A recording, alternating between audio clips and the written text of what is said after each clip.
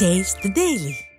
செங்கல்பட்டு மாவட்டம் செய்யூர் தொகுதி வெடால் கிராமத்தில் தாழ்வாக சென்ற மின்கம்பிகளை மக்களே மரம் வைத்து தாங்க வைத்துள்ளனர்.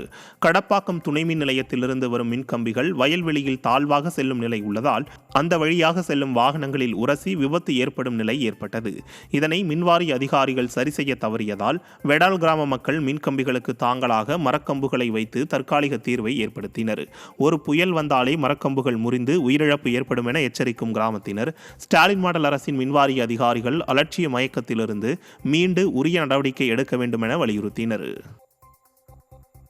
கடலூர் மாவட்டம் விருத்தாச்சலம் எருமனூர் ஊராட்சியில் மேல்நிலை நீர்த்தேக்க தொட்டி இடிந்து விழும் அபாயத்தில் உள்ளது. இக்கிராமத்தில் உள்ள மேல்நிலை நீர்த்தேக்க தொட்டியின் சிமெண்ட் காரைகள் பெயர்ந்து கம்பிகள் முற்றிலுமாக வெளியே தெரிவதால் எந்த நேரத்திலும் இடிந்து விழும் அபாய நிலையில் உள்ளது. விடியா ஸ்டாலின் அரசின் ஊராட்சி ஒன்றிய நிர்வாகத்தின் அலட்சியத்தால் உயிர் சேதம் ஏற்படுமோ என்ற அச்சத்துடனேயே நீர்த்தேக்க தொட்டியை கடந்து செல்வதாக கிராம மக்கள் குற்றம் சாட்டினர்.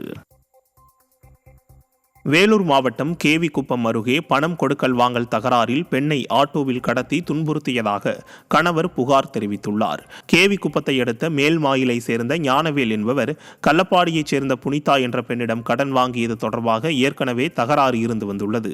இந்த நிலையில் புனிதாவின் உறவினர்கள் சிலர் ஞானவேலின் வீட்டிற்கு சென்று அவரது மனைவியை ஆட்டோவில் கடத்திச் சென்று துன்புறுத்தியுள்ளனர்.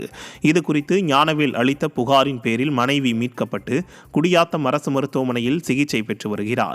விடியா ஸ்டாலின் ஆட்சியில் பெண்களுக்கு பாதுகாப்பில்லாத நிலை உள்ளதாக பொதுமக்கள் வேதனை தெரிவித்தனர்.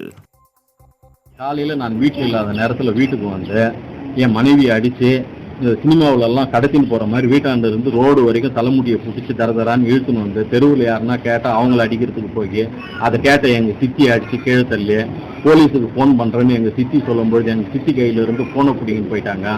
என் பையன் அம்மாவை எழுதுன்னு போகிறாங்களேன்னு ஓடியாந்தா தம்மா துண்டு பையன் உனக்கு அவ்வளோ ஆயிடுச்சாடான்னு என் பையன் கையை பிடிச்சி முறுக்கி உடச்சி கீழே தள்ளி இருக்கிறாங்க. நடு ரோட்டில் ஆட்டோவில் தூக்கி போட்டுன்னு போயிட்டாங்க. கேட்கறதுக்கு இல்லை.